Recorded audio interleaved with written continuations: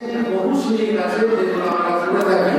আল্লাহ তাআলার সামনে শিরিক করলে আল্লাহ তাআলা আমাদেরকে ক্ষমা করবেন না। যদি আমরা তওবা না করে যাই, কাল কিয়ামতের দিনে আল্লাহ ক্ষমা করবেন না।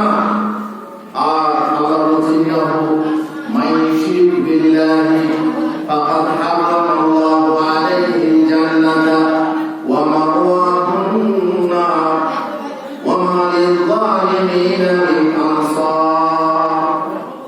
যে ব্যক্তি আল্লাহর সঙ্গে শিরিক করবে, আল্লাহর সাথে শিরিক করবে, অথবা আল্লাহকে ছেড়ে অপরকে তার ইবাদতে শরীক করবে, ফাকাদ হারামাল্লাহু আলাইহিল জান্নাহ, আল্লাহ তার জন্য জান্নাতকে হারাম করে দেবেন। হারাম মানে নিষিদ্ধ, খালাস। ওটা যাবে কোথায়? বাস জান্নাত নেই, তার অপোজিট, তার বিপরীত কি? জাহান্নাম। ওয়াহুন নার, তার ঠিকানা হবে জাহান্নাম। ওয়া মা লিয-যালিমিনা মিন আনসার, আর জালেমদের জন্য, এই অনাচারীদের জন্য, জানেন তো জুলুম কাকে বলে?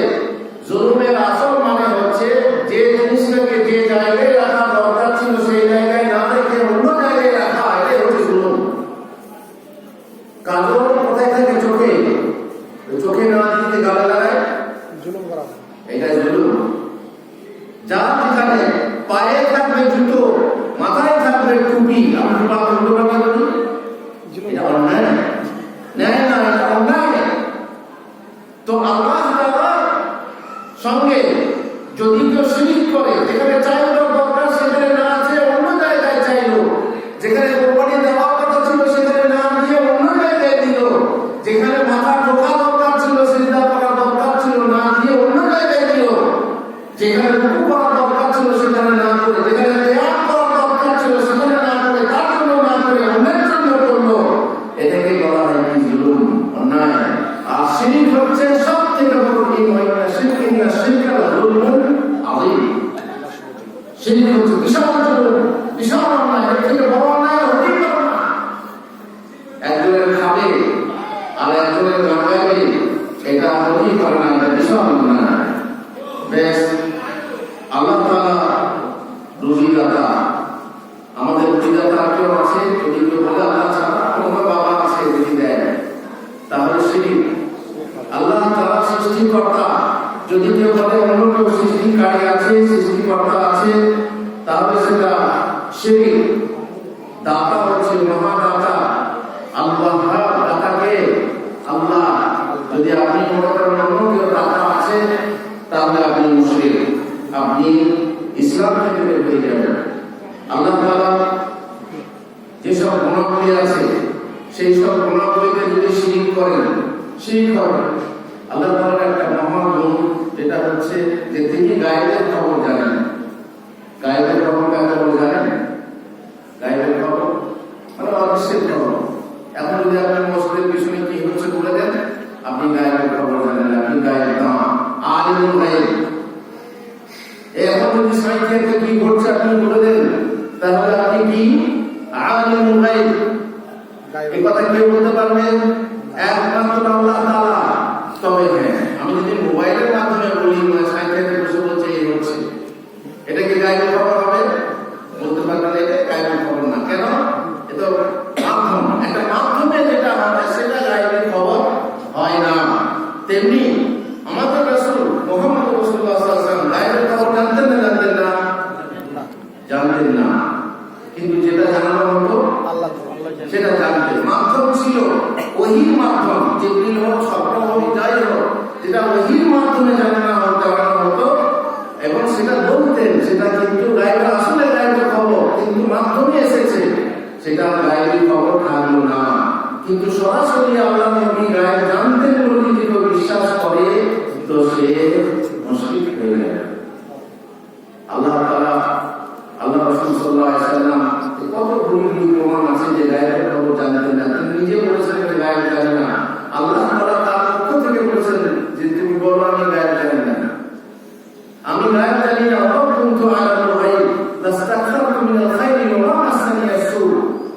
বহু জায়গাতে কোরআনে আছে, হাদিসে আছে গায়েব জানি না, কিন্তু তাও কেউ বিশ্বাস করে না। আল্লাহ নবী বলে কথা, গায়েবের খবর আমি একটা কথা বলে রাখি, বলে দেবেন আপনি জানেন না মদিনা মক্কা যখন অভিযান শুরু হয় মক্কা বিজয়ে, তো এক বুড়ি চিঠি নিয়ে যাচ্ছিল হাতের পিনারি বা সালামি চিঠি লিখে মক্কার কুরাইশকে জ্ঞান করার জন্য ছোট্ট চিঠি লিখে বুড়িকে পাঠিয়েছে, যেটা লুকিয়ে নিয়ে যাবেন কাউকে বের করবি না দিয়ে বুড়ির পিঠে বুড়ি যাচ্ছে। কতটুকু হাতে যাবলা মক্কা থেকে মদিনা কেউ আইসা বাজার নেই। আচ্ছা, মক্কা থেকে মদিনা কত দূরের পথ? 425 কিলোমিটার। মদিনা থেকে ফিরবেন লেখা আছে মক্কা 425 কিলোমিটার। ও উঠে টুকে যাবে, প্রায় 10 দিন লাগবে, তাই না?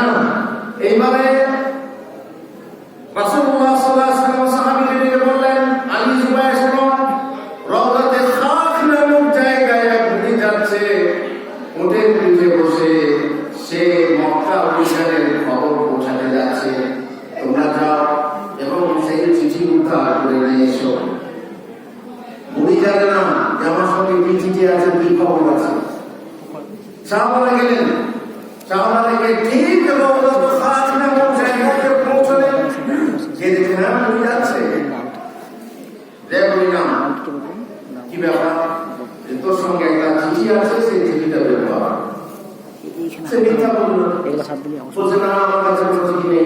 বলছে দেখ বের কর, আমার উনি বলেছেন তিনি কোনো মানে অসত্য খবর বলতে পারেন না। বলছে না, তালাশ করা হলো, তখন রাত্রি পুকুরি যা ছিল সব বলে হলো, পাওয়া গেল না। ভয় দেখানো হলো, পুরি নিশ্চয়ই তোর সঙ্গে চিঠি আছে, এ খবর মিথ্যা হতে পারে না, বের করে দে না, আমরা লজ্জাস্থান পর্যন্ত আমরা ঠিক করবো। সুবহানাল্লাহ, তখন ভয় পেয়ে গেছে, দিয়ে পুরো বের করে দিল। এই খবর ভিতরে ভরা ছিল, এক টুকরো চামড়া টুকরো বাজাই হোক দেখতে পাচ্ছি। তারপর হ্যাঁ, আল্লাহ নবী গায়েব না জানলে কি করে এই খবরটা উদ্ধার করলেন? আমাদের কাছে যাওয়া সহজ, কিন্তু যারা বলছে এখানে গায়েব, এখানে পৃথিবী নিয়ে নিল, এসব কিছুই নেই। ভাই না থাকলেও আমরা জানি যে আল্লাহ তাআলার পক্ষ থেকে আকাশবাণী হয়েছে আল্লাহ নবীকে, এবং খবর দেওয়া হচ্ছে নবী একে আটকাও, না হলে কুরাইশকে খবর দিয়ে দেবে, তখন সমস্যা হবে। আল্লাহ তাআলা জানালেন বিধায় তিনি খবর দিলেন, আর সেটা গায়েবী খবর নয়। আমরা কি বলছি, আল্লাহ নবী গায়েবী খবর জানতেন, কোন খবর যেটা জানানো হতো সেই খবর, কিন্তু সরাসরি আল্লাহ নবী গায়েবের খবর জানতেন না। হলো, বুঝতে পারলাম যে জায়গাটা মধু খাওয়ার কথা, জায়গাটার কাছে মধু খেতে, তারপরে স্ত্রী আয়েশা হাফসা বললেন যে আপনি জায়গাটার কাছে মধু খান, স্বামী স্ত্রী মিথ্যা বলা যায়, তো আপনি জায়গাটার কাছে মধু খান না, আপনি বাবা ফের খান না, আপনার মুখে বন্ধ আছে, সত্যি সত্যি হিংসা বললেন এনাও আমাকে মধু খাওয়াই না, আমাকে মানা কি করা? আল্লাহ পছন্দ করে বলছি আমি আমার কাছে মধু খাবো না বা মধু খাবো না। গায়েবের খবর জানলে তিনি এখানে পছন্দ খেতেন তখন বুঝতে না। তাহলে আমরা যদি মনে করি কেউ গায়েবের খবর জানে, তাহলে কি হবে? মুশরিক হয়ে যাবে। আমাদের গ্রামে একটা ঘটনা ঘটেছিল, একটা লোক হারিয়ে গিয়েছিল। তো আমি তখন ছাত্র, মহিষাদলের ছাত্র, আমাকে পাঠানো হলো কলকাতার যার খাস জায়গা যেখানে বিশ্বাসরা থাকেন, সেখানে একবারে বাইরে সেখানে যাও, সেখানে গিয়ে থাকলে ভালো, সেখানকার ভক্ত, আর না থাকলে খুলে দেবে কোথায় আছে। তারপরে গেল, আল্লাহ বলছে হ্যাঁ আমি তোমার কান্ড চাইতে না বাবা, সব ওদের সব মামলা আছে, অনেকে বলে ওদের খবরের টেলিভিশন প্রধান আছে, এই সব দেখি পরীক্ষা করিনি, দেশে আছে বুঝে না, তো দেশে তো আছে জানি, বিদেশে নেই, কিন্তু আছে কোন গ্রামে বলতেন, তো বলছে না দেশে আছে। কিরকম বিশ্বাস যে গায়েবের খবর ঈশ্বররা বলতে পারে। যদি কেউ এই বিশ্বাস রাখে তাহলে সে কি মুশরিক হবে, তাহলে উপাধি থাকবে আল্লাহ তাআলার একটা গুণ, যেটা একমাত্র আল্লাহ কুল্লা ইয়ালামু মান ফিস সামাওয়াতি ওয়াল আরদি গায়বা ইল্লাল্লাহ, আসমান জমিনে যারা আছে তারা আছে, কেউ আল্লাহ ছাড়া কেউ গায়েবের খবর বলতে পারবে না। আপনি বলবেন ফেরেশতা, ফেরেশতা করায়। কেন এটা যে পাবলিকে কোন সৎ কাজে মানে নিয়ত করলে ফেরেশতাকে ফেরেশতা একটা সব লিখে দেয়। কিরামান কাতিবিন ইয়ালামুনা মা তাফআলুন। তাহলে ফেরেশতাকে জানানো হয়। গায়েবের খবর একমাত্র কে জানেন? আল্লাহ তাআলা। আর ফেরেশতা যাই হোক না কেন তাদেরকে জানানো হয়। বেশ, এবারে এমন কাজ আপনি করবেন যে কাজ করলে আপনি ইসলাম থেকে খারিজ হয়ে যাবেন। ভরসা যদি আপনি মনের উপরে করেন, আল্লাহ ছাড়া যদি আপনি চাকরির উপরে ভরসা করেন, রুজি রুটির ব্যাপারে, আল্লাহ ছাড়া যদি আপনার শক্তি সামর্থ্যের উপরে ভরসা করেন, আল্লাহ ছাড়া যদি আপনার চাষের জমি আছে তার উপরে ভরসা করেন, আল্লাহ ছাড়া যদি আপনার ব্যাংকিং আছে তার ভরসা করেন, চাকরি আমার ব্যাংকিং আছে, আমার বাবা অমুক, আমার বাবা তমুক, আমার চাকরি হয়ে যাবে, কিন্তু আল্লাহর উপরে ভরসা নেই, তাহলে কি হবে? মুশকিল হয়ে যাবে। কেউ যদি ওষুধের উপরে ভরসা করে যে ওষুধ আছে আমার চিন্তা নেই, আল্লাহর উপরে ভরসা নেই, যতইনা মারিতু ফাহুয়া ইয়াশফি, আমি রোগগ্রস্ত হলে, অসুস্থ হলে শিফাকে দান করে, সুস্থতাকে দান করে, আল্লাহ তাআলা ছাড়া কেউ সুস্থতা দান করতে পারে না। সুতরাং সুস্থতা দানকারী হচ্ছেন আল্লাহ। আমি যদি বিশ্বাস করি না ওষুধের সুস্থতা, আমি যদি বিশ্বাস করি অমুক ডাক্তার লেগেছে আমি ভালো হয়ে যাবো, অমুক ডাক্তার লেগেছে ভালো হইল, ওখানে জন্ম করলে ভালো হলো না, আল্লাহকে স্মরণ করলো না, জানে না যে হয় মত কার হাতে আছে, আল্লাহর হাতে। কিন্তু এইসব কথা ভরসা না রেখে, আল্লাহর উপর ভরসা না রেখে শুধুমাত্র ওসিলার উপর ভরসা রাখা হয়, তাহলে শিরক হয়ে যায়। আমরা এই মসজিদে বসে আছি, কারো হাতে তাবিজ আছে না? কারো হাতে তাবিজ বাঁধা আছে? তাবিজ কারো হাতে কোমরে গলাতে তাবিজ আছে? কোনো কিছু হলে ইমাম সাহেবের কাছে ছুটে আসে,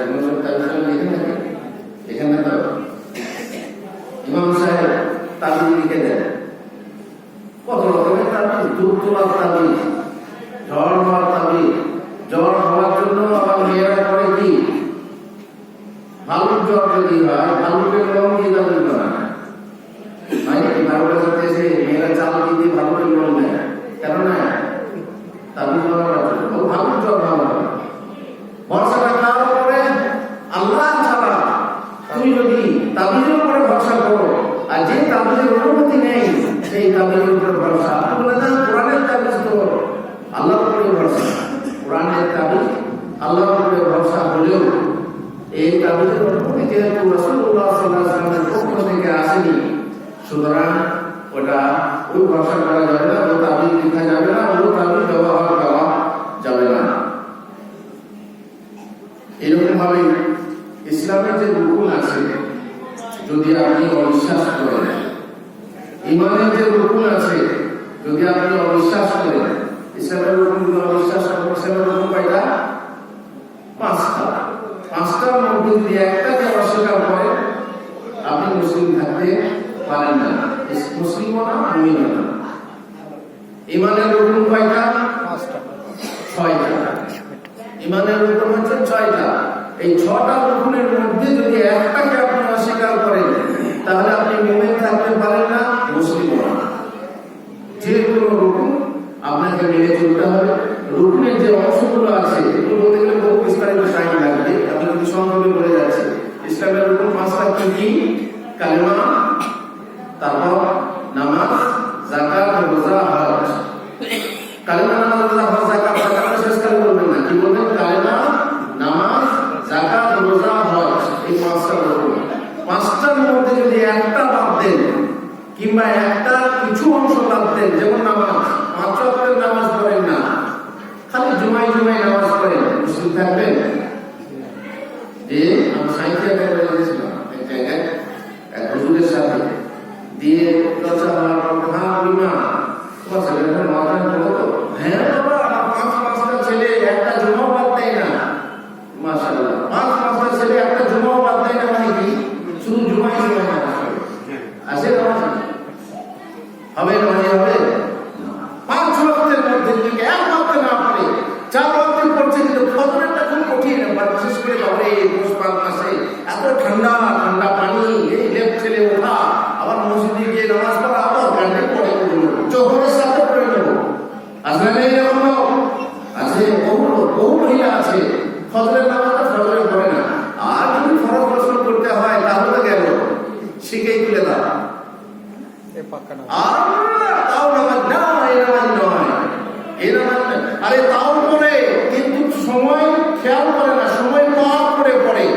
আচ্ছা এই ফিল্মটা দেখেনি, এই দানটা চেলেনি, এই খেলাটা খেলেনি, এই কাজটা করেনি, এই নামাজের সময় পার হতে যাচ্ছে, নামাজ পড়লো, অথবা টাইম পার করে দিন নামাজ পড়লো, নামাজি।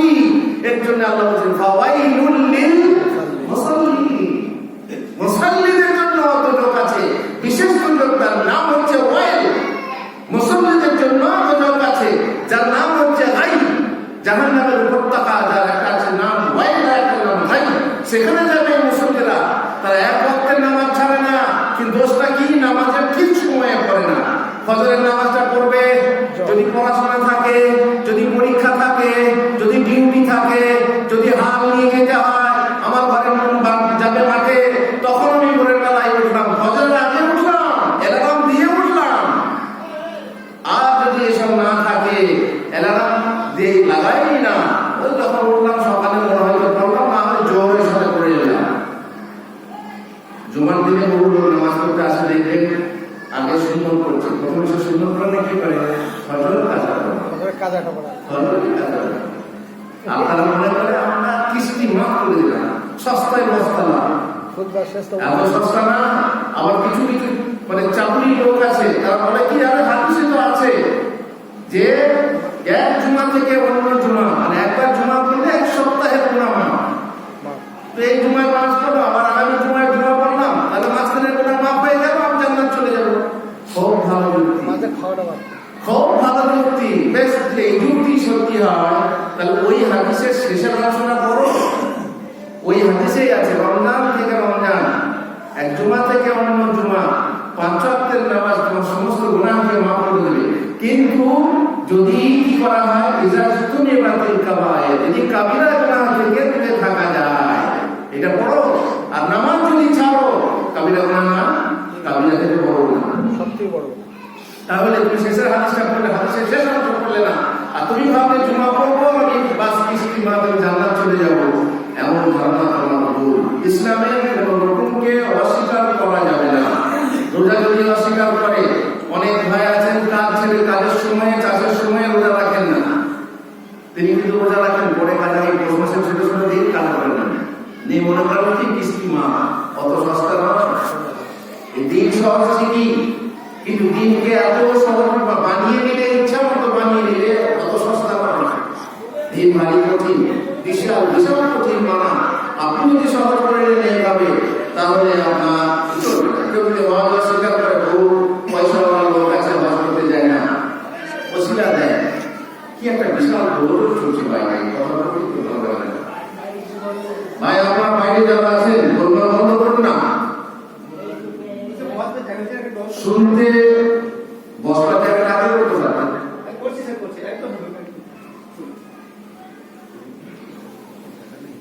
ইমানের রুকুন 6টা। ইমানের রুকুন আল্লাহর প্রতি ঈমান, ফেরেশতার প্রতি ঈমান, কিতাব সমূহের প্রতি ঈমান, তারপর আপনার পরকালের প্রতি ঈমান, তাকদীরের প্রতি ঈমান। এই যে 6টা রুকুন আছে, এর মধ্যে যদি একটা আপনি অস্বীকার করেন, কিংবা একটা কোনো অংশ যদি অস্বীকার করেন, আপনি মুমিন থাকতে পারবেন না, ইসলাম থেকে খারিজ হয়ে যাবেন। এইভাবে যদি ইসলামের কোনো হারামকে আপনি হালাল করেন, যেমন সুদ হারাম না হারাম, সুদ হারাম, আপনি বলুন না ইন্টারেস্ট, ঘুষ খাওয়া হালাল না হারাম, হারাম, কিন্তু আপনি বকশিস দিয়ে খেতে শুরু করলেন। হারামকে আপনি হারাম করলেন, হারাম করলে কি হয়ে যাবে, মানুষ মুসলিম থাকবে না, কাফের হয়ে যাবে। তেমনি কোন হালাল জিনিসকে যদি কেউ হারাম করে, কেউ দেশে খাবার হয় ভাব খাওয়া হারাম, আল্লাহ নবী খাবেন না, ভাব খাওয়া হারাম, তাহলে হালাল জিনিসকে যে হারাম করবে সেটি হয়ে যাবে, সেও মুসলিম থাকবে না। তেমনি শুধু ইসলামকে ঘৃণা করে, ইসলামের কোন অংশকে ঘৃণা করে, যালিকা বিআন্নাহুম কারিহু মা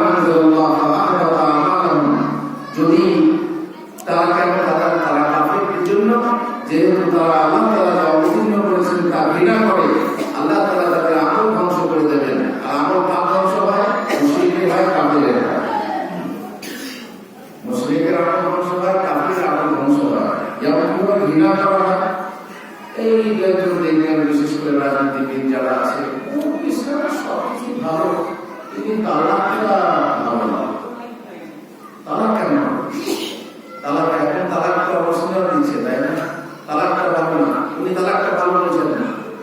হ্যাঁ সব ঠিক আছে, বোরকা ভূতের মতো লাগানো, ভূত কেন সাজানো, মেয়েকে মেয়েকে প্যাকেজ করে দেওয়া, কোন রকমের এক প্রকার ঘৃণা নিয়ে আসে, দাঁড়িয়ে ঘৃণা করে, সব ঠিক আছে, কিন্তু দাঁড়িয়ে কি দাঁড়িয়ে রাখলে ছাগল ছাগল লাগে, পাগল পাগল লাগে, তাই না? আমাদের ছাগল ছাগল লাগছে, আমার তো বোকা অবস্থায় আমরা দাঁড়িয়ে রেখেছি। দাঁড়িয়ে রাখাটা কি ওয়াজিব।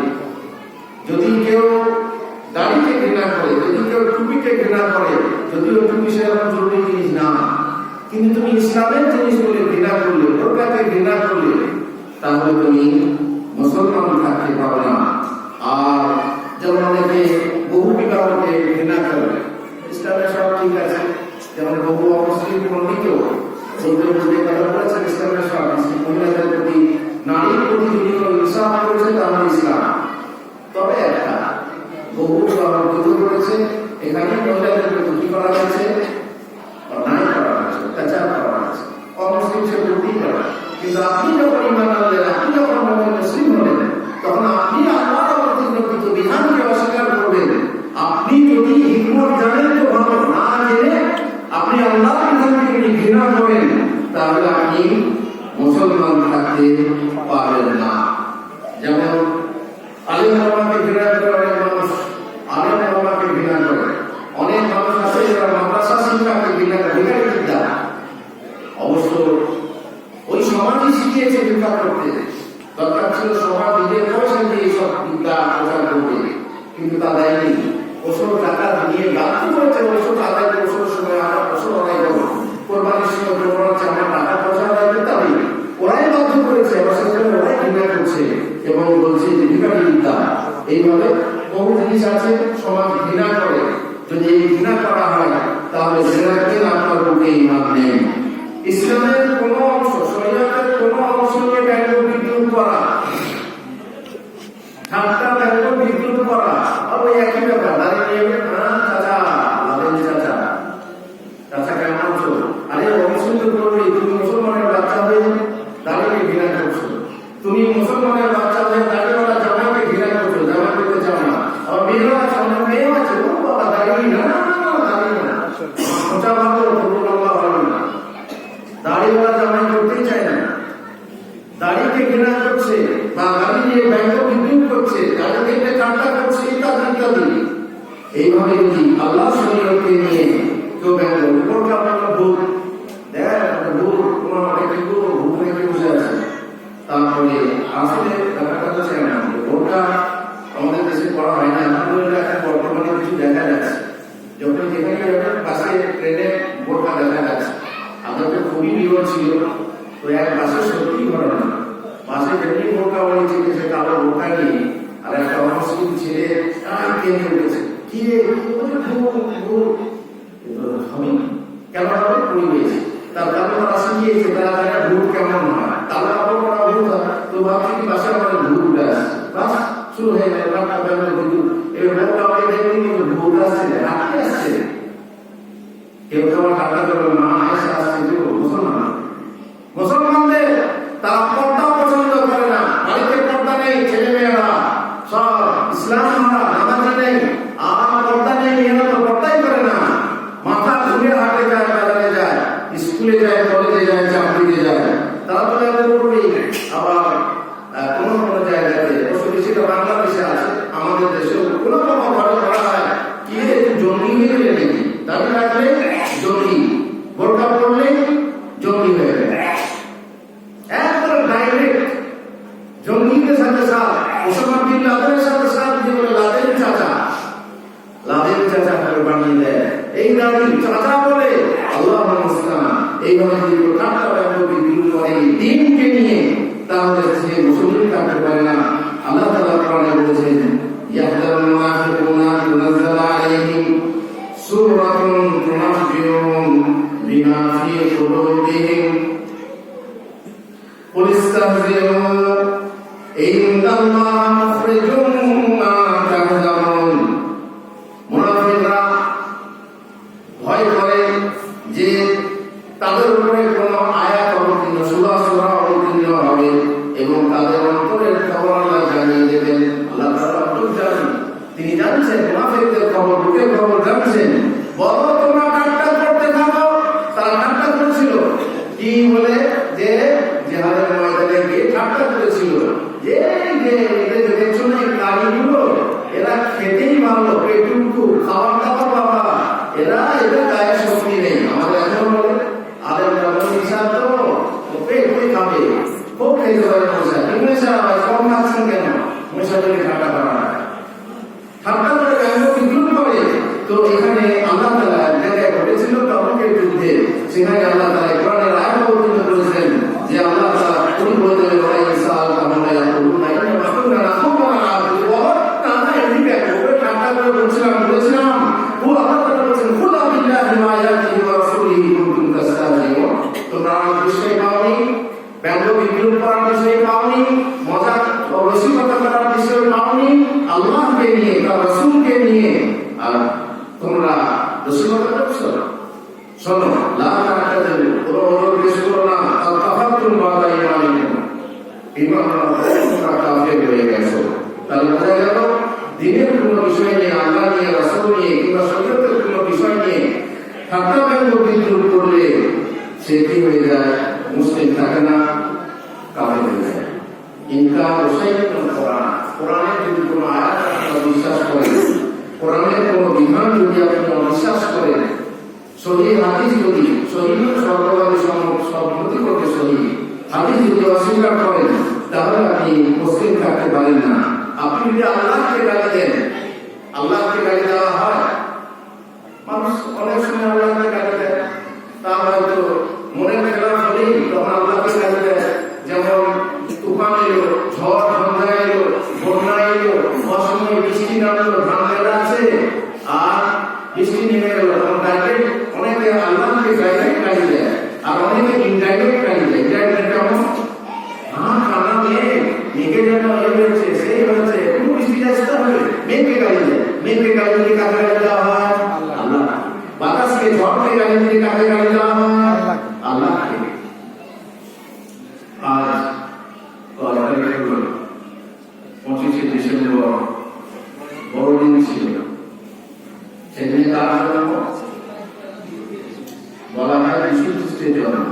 এটা কি প্রমাণিত? শিক্ষিত মানুষরা জানে এটা প্রমাণিত জন্ম। যীশু খ্রিস্টের জন্ম 25শে ডিসেম্বর হয়েছে, আমার তো বড় হয়েছে, প্রমাণিত জন্ম। অনুমান করা হয়েছে যে দিনে সূর্যের পূজা করা হতো। ঠান্ডা এসে গেছে, এই সূর্য তার আলো দাও, সূর্যকে ভগবান মনে করা হয়। সূর্য পূজার দিনে কি বলে কনস্টান্টিনোপল নাকি বলে শহর আছে রোমে, সেখানকার রাজা ওই দিনে এই ব্যবস্থা করে যিশুর জন্মদিনটাকে ওখানে ভরে দিল। দিয়ে তখন থেকে জন্মদিন পালন হয়ে আসছে তার যিশু বা ঈসা আলাইহিস সালাম। আর তারা কি বলে যিশুর জন্ম হয়েছে। যিশু কার পুত্র? তার পুত্র। মরিয়মের পুত্র সবাই জানে, কিন্তু পুত্রটা আল্লাহ। কেউ বলে যোসেফ, কেউ বলে যোসেফ, যেটা আরবিতে বলে ইউসুফ। ইউসুফের পুত্র। তা মারিয়ামের কি বিয়ে হয়েছিল? না, মারিয়ামকে কুমারী, বিয়ে তো হয়নি। বলছে না না, বাগদত্তা। বাগদত্তা ও বয়ফ্রেন্ড। আমাদের বর্তমানে কি বলে কলেজে ছেলেরা মেয়েরা বয়ফ্রেন্ড ঘরে ভেতরে নিয়ে এসছে, আমার বয়ফ্রেন্ড। বয়ফ্রেন্ড যোসেফ হচ্ছে বয়ফ্রেন্ড, মানে বাগদত্ত মানে বলা হয়েছিল যে সেই ফ্রেন্ডের বিবাহের আগে, আর এই জন্যই ব্যভিচারের সন্তান বলতে ইহুদিরা তাকে এই যিশু। আমাদের কোরআন কি বলছে? যার কোন মানে আমাদের কোন মানুষ স্পর্শ করেনি, অথচ আমার বাপের বাচ্চা কিসে কার তরফ থেকে? আল্লাহর পক্ষ থেকে। আল্লাহর রূহ, সেই রূহের মাধ্যমে কি হয়েছে? আমার সন্তান হয়েছে। কিন্তু ওরা অসৎ মনে করে, আর এরা মনে করে কুমারী মা, এরা মনে করে বাবার জন্মটা কে দিয়েছে? ইউসুফ দিয়েছে। কিন্তু মুসলিমরা কি মনে করে? যে না এর জন্মদাতা কোনো মানুষ নেই, কারণ ওরা শ্রীকরণ হয়নি, ডাইরেক্ট আল্লাহর হুকুমে হয়েছে। ওদের একজন বলতে লাগলো, ওদের একজন বলতে লাগলো, এই জন্যই বলা যাচ্ছে যে আল্লাহর পুত্র হচ্ছে, আল্লাহর পুত্র ডাইরেক্ট ঈসা আলাইহিস সালাম। ঈসা হচ্ছে আল্লাহর পুত্র। তারপর আরেকজন বলতে লাগলো আমাদের কাছে ডাইরেক্ট বলতে লাগলো না না না, ও স্বয়ং আল্লাহ, স্বয়ং আল্লাহ। আমাদের মনে করে আমাদের নবী মুহাম্মদ রাসূলুল্লাহ সাল্লাল্লাহু আলাইহি ওয়াসাল্লাম স্বয়ং আল্লাহ। শুনেছেন না? শুনেছেন? শিক্ষিত মানুষ আপনারা শুনবেন, জানবেন, পড়বেন। কবি নজরুলের বহু কবিতা পড়েছেন। এই কবিতাটা পড়েন, আরো সত্যি পথ ভুলিয়া এলো নবী মদিনা, আরো সত্যি পথ ভুলিয়া এলো নবী মদিনা। তাহলে কে আরো সে কে ছিল? আরো সে কি মুহাম্মদ ছিলেন? আল্লাহ। সেই আল্লাহ আমার পথ ভুলে মদিনায় চলে গেলেন। আর কবি নজরুলের গান জানেন না, আপনারা নিশ্চয়ই জানেন না, যেমন কি কোন ঠিক নেই, কখনো তৌহিদের গান, কখনো শ্যামা সঙ্গীত, কখনো সুফিবাদের গান, কখনো জানেন না কবিরা ঠিক বুঝলে বাকি নেই। তো নজরুল বলেছেন, আর ওই যে আল্লাহ তাআলার ব্যাপারে বলা হয়েছে যে আকার না নিরাকার সেই রব্বানা আহমদ আহাদ হলে পড়ে যায় না। প্রশ্ন চলে এলো, আল্লাহ তাআলার আকার আছে না নিরাকার? আকার আছে। আল্লাহ তাআলা আরশে আছেন কিন্তু আকার নেই। আপনি বলছেন আকার আছে, প্রমাণ দিতে হবে। আকার আছে না নেই জানি না, আকার জানি না কিন্তু আছে। তার প্রমাণ কি বলেন? কে আছে প্রমাণ করেন? আমি হাদিস কোরআন বলছি না, হাদিস কোরআন মানে জানি, যুক্তি বলে আল্লাহ তাআলা আকার আছে, তার একটা প্রমাণ দেন। সব মানুষ বলতে পারে আল্লাহ আছে, বুঝতে পারছেন?